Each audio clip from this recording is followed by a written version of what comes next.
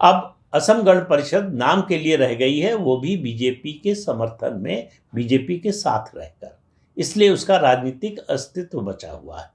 लेकिन राज्य की मुख्य धारा की पार्टी अब असम गण परिषद नहीं रह गई है। त्रिपुरा के बाद जरा बगल में इधर आ जाइए, पूरब में ही उड़ीसा। 24-25 साल से सत्ता में था बिजू जनता दल। नवीन पटनायक मुख्यमंत्री थे, 99 में बने थे, तब से थे, और 2024 में बीजेपी ने हरा दिया।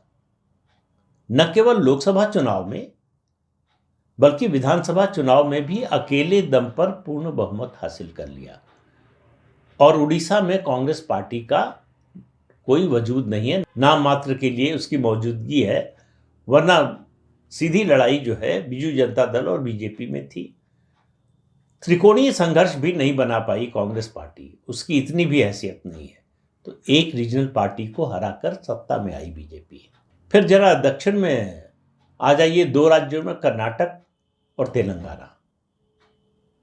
कर्नाटक और तेलंगाना में, कर्नाटक में जेडीएस एक समय बड़ी ताकत हुआ करता था। जनता दल था पहले, उसके बाद जेडीएस का लगभग सफाया कर दिया बीजेपी ने। जेडीएस मतलब जनता दल सेक्युलर, जो देवेगौड़ा की पार्टी थी, उसका पूरी तरह से सफाया करके उसकी जगह ले ली और उससे आगे निकल गई। कांग्रेस को हरा भी चुकी है, कांग्रेस से हार भी चुकी है। तो वहां मुकाबला सीधे रीजनल पार्टी को खत्म करके बीजेपी ने सीधा मुकाबला बीजेपी और कांग्रेस का कर दिया। शुद्ध रूप से सीधा मुकाबला कर्नाटक में बीजेपी और कांग्रेस का 2028 के चुनाव में होगा। तो रीजनल पार्टी वहां जो थी वो खत्म हो गई। फिर तेलंगाना आ जाइए। तेलंगाना में भारतीय जनता पार्टी का कुछ विशेष वजूद था नहीं।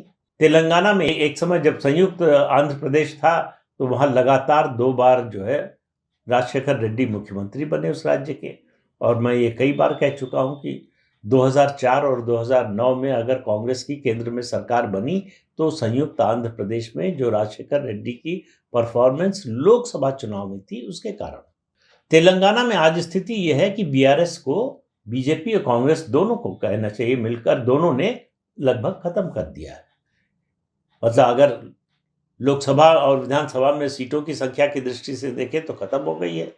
वैसे कोई पार्टी इस तरह से एकदम से खत्म नहीं होती है, लेकिन लोकसभा में 16 में से 8 सीटें कांग्रेस ले गई, 8 बीजेपी ले गई। इसी तरह से विधानसभा में कांग्रेस पार्टी जीत गई।